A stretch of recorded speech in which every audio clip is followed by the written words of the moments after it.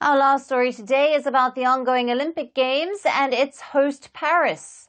For months, France had been preparing for it, but instead of getting a pat on the back for doing well, they are getting a growing list of faux pas. Their latest goof-up was embarrassing the South Sudan's basketball team by playing the wrong national anthem right before their match with Puerto Rico. The stadium, which should have been filled with the sound of the musical national anthem, the stadium reverberated with echoes of boos, as instead of South Sudan, the host played the national anthem of Sudan, a separate country. What's worse, this was not their only gaffe. Our final report gets you all the details.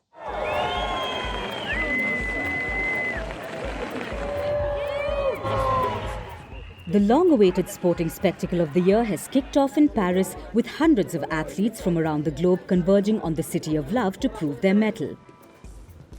The French authorities too have gone to great lengths to ensure everything runs smoothly at this year's Olympic Games.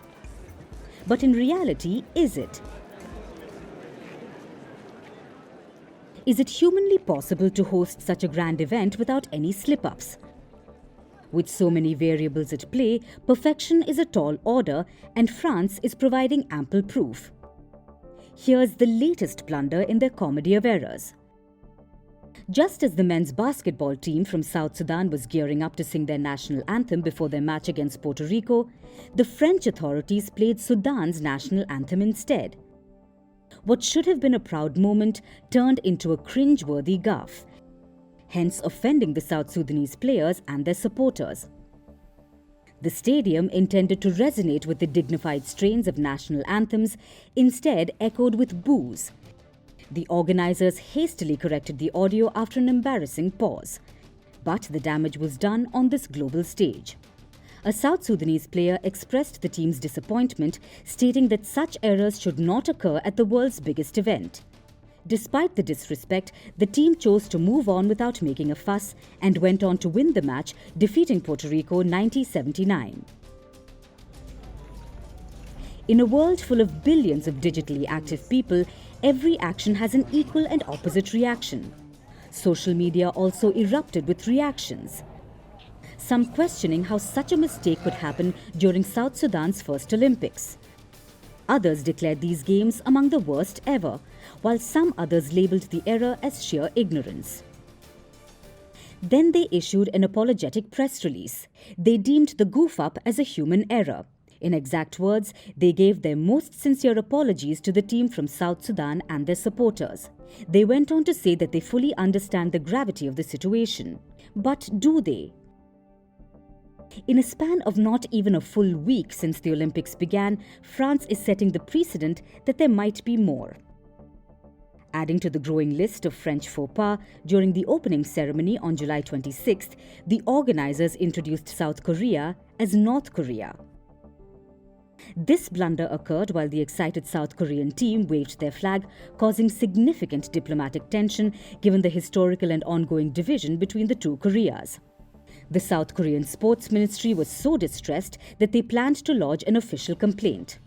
Once again, France issued a deep apology, expressing regret over the announcement. It seems France is not keen on getting into the intricate details, but the world certainly cares about these. All's well that ends well, they say, but the end of these games is not yet in sight. And if France's track record so far is anything to go by, the world should brace themselves for more. This could just be the beginning of a series of blunders.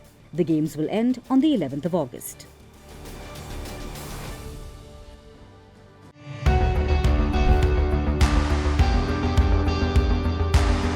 Across continents, one powerful news source.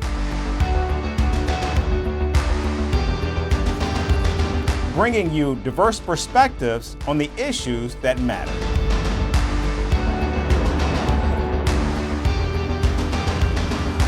We go beyond the boundaries to give you that little extra about every sporting moment.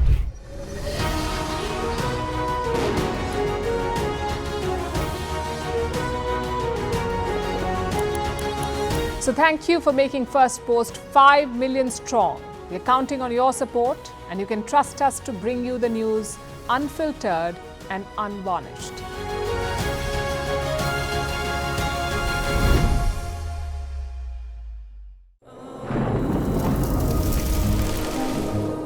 Climate change is on our doorstep. It's time for a revolution to take root. And it starts with 1.4 billion Indians. It starts with one tree for humanity, one tree for Mother Earth, one tree for a future. Project One Tree, a News 18 network initiative.